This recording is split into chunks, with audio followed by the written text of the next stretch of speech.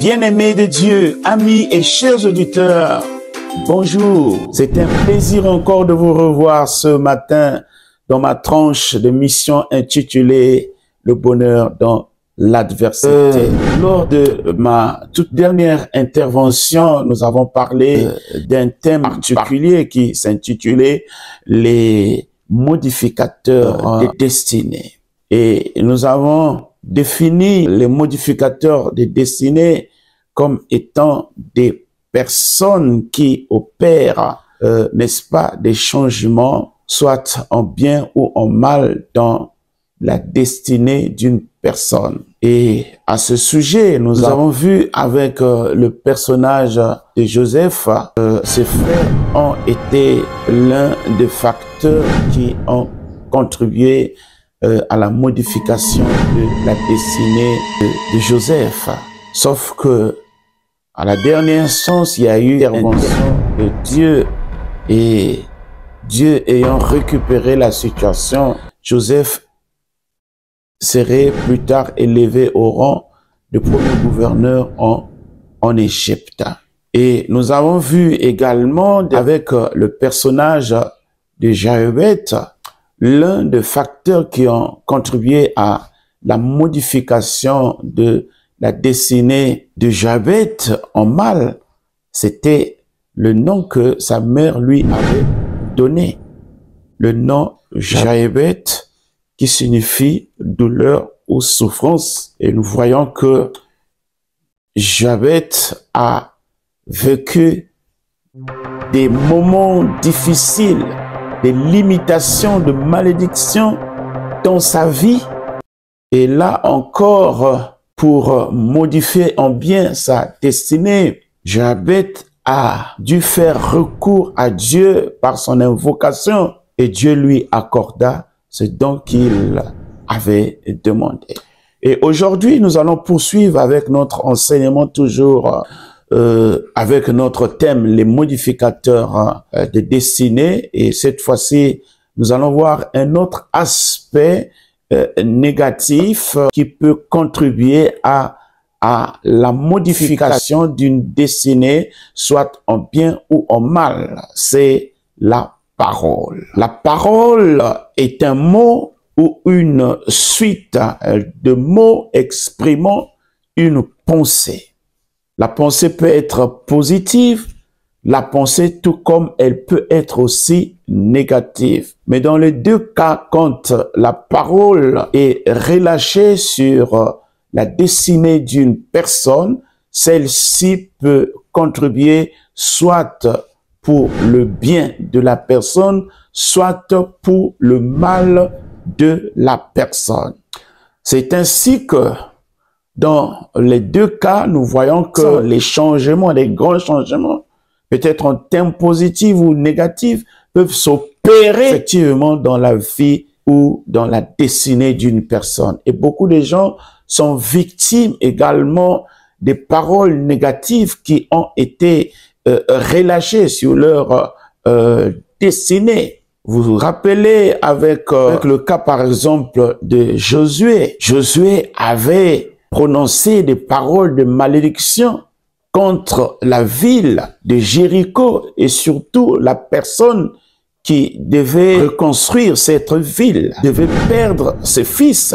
Et bien plus tard, nous allons voir que Hiel, un homme de Bethel qui avait pris également la décision de reconstruire la ville, il va finalement lui payer le prix et il va perdre ses deux fils. Combien de gens aujourd'hui n'ont pas été victimes des paroles négatives relâchées contre eux? Dans Genèse chapitre 3, on nous parle d'Adam et Ève, eux également, ils ont été victimes des paroles qui ont été relâchées par le diable, par le serpent ancien. Et malheureusement, Adam, tout comme Ève, n'ont pu rien faire. Oh bien-aimés dans le Seigneur, lorsqu'une parole négative est relâchée contre vous, il faut aussitôt l'annuler. Il ne faut jamais sonner une parole négative qui a été relâchée contre vous, contre votre destinée. Aussitôt, il faut l'annuler pour ne pas vivre une succession des événements négatifs dans votre vie. Mais malheureusement, c'est ce qui n'a pas été le cas dans la vie d'Adam et Ève. Ils n'ont pas annulé, mais ils ont plutôt cautionné les paroles que le diable avait relâchées. Et nous connaissons la suite. L'homme est tombé dans le péché. L'homme a été séparé de Dieu. L'homme a été privé de la gloire de Dieu. Et par lui, tous ont péché et sont privés de la gloire de Dieu, en se référant au passage de Romains chapitre 3, le verset 23, qui dit ceci: « Car tous ont péché et sont privés de la gloire de Dieu. » Oh, à cause du péché originel, l'humanité entière a été privée de la gloire de Dieu. Mais bien plus tard, nous allons voir avec le second Adam, qui est notamment Jésus, dans le désert, après avoir jeûné 40 jours et 40 nuits, il eut faim. C'est ce moment-là que le diable choisit pour entrer en scène afin de relâcher les paroles négatives contre Jésus pour l'empêcher tout simplement d'atteindre son but pour lequel il serait venu sur la terre. Mais malheureusement, Jésus n'a pas cautionné toutes ces paroles, il a rejeté. C'était la parole de Christ contre celle du diable. Et c'est Jésus qui en sortit victorieux dans ce combat de parole contre parole. Oh bien-aimé dans le Seigneur, je ne sais pas aujourd'hui quelles sont les paroles négatives qui pèsent sur ta destinée, qui pèsent sur ta vie, qui t'empêchent d'aller de l'avant. Aujourd'hui, nous allons voir deux types de paroles qu'on peut prononcer contre toi. La première, le premier type de paroles qu'on peut prononcer contre toi, ce sont les imprécations. Et qu'est-ce que j'entends par les imprécations? Les imprécations sont les souhaits de malheur qu'on fait contre quelqu'un. Les imprécations représentent aussi cette prière solennelle faite contre quelqu'un pour attirer sur lui la vengeance ou la punition. Et là encore, nous voyons dans ce premier cas-là avec des paroles, donc des paroles négatives qui sont chargées d'un pouvoir maléfique destiné à détruire complètement la destinée d'une personne. Et aujourd'hui, dans nos familles, il y a des gens qui en subissent, il y a des gens qui en sont victimes. Et c'est pourquoi ils ne peuvent pas se marier, ils ne peuvent pas mettre au monde, ils connaissent des échecs répétés et prolongés dans leur vie. Nous avons aussi des morts bizarres et prématurées que les gens connaissent contre les paroles, les imprécations ont été relâchées contre leur vie, s'ils n'ont pas su comment annuler ces paroles négatives qui ont été relâchées contre eux au travers les imprécations, alors ils vont continuer à subir. Le deuxième type de paroles négatives, en fait, ce sont les envoûtements. Les envoûtements, c'est aussi le fait de piquer, de brûler, de déchirer en effigie une personne en prononçant certaines paroles ou en faisant certaines cérémonies dans la persuasion qu'elle souffrira les mêmes maux. Et aujourd'hui, il y a beaucoup de gens qui ont été envoûtés et qui continuent de l'être encore et qui continuent à subir. Oh bien-aimé dans le Seigneur, peut-être c'est ton cas. Peut-être c'est ton cas aujourd'hui.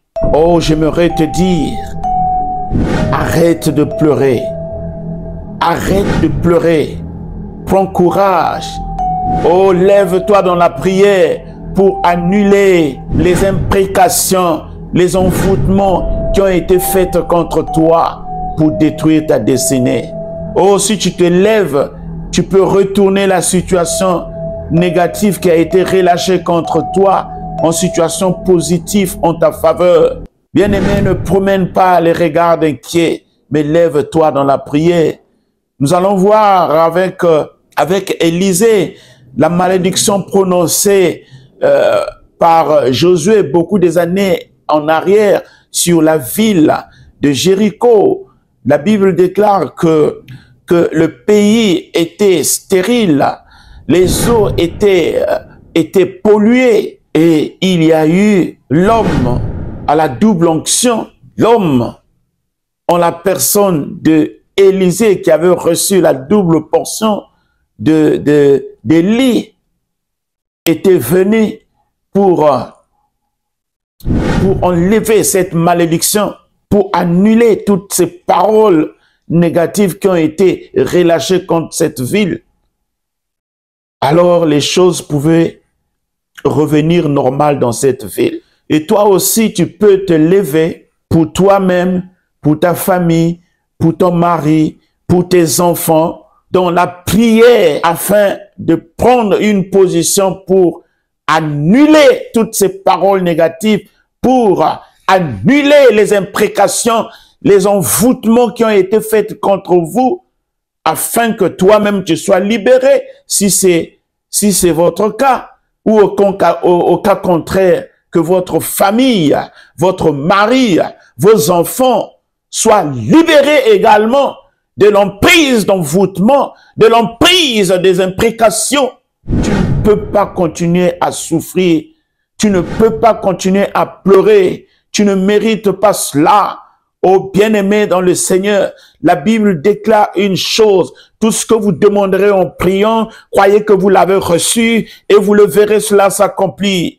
La Bible déclare encore une fois de plus, ne vous inquiétez de rien, mais en toute chose, faites connaître vos besoins à Dieu par des prières et des supplications avec des actions de grâce, et la paix de Dieu qui surpasse toute intelligence humaine gardera votre cœur et pensée en Christ Jésus. C'est la raison pour laquelle je t'invite ce matin de prier ensemble avec moi. Oh, j'élève ma voix en ta faveur. Au nom de Jésus, je détruis toute imprécation et tous les envoûtements qui ont été faits contre toi, contre ta destinée. Je détruis les paroles négatives qui ont été relâchées contre toi. Au nom de Jésus, je décrète et déclare ce matin que ta vie soit restaurée, que ta destinée soit restaurée et toutes les choses négatives qui ont été relâchées contre toi, je décrète et déclare que ces choses négatives soient changées en des choses positives en ta faveur. Au nom de Jésus, je viens ici et maintenant briser le cycle de malédiction qui a toujours influencé ta vie de manière négative. Je brise ce cycle.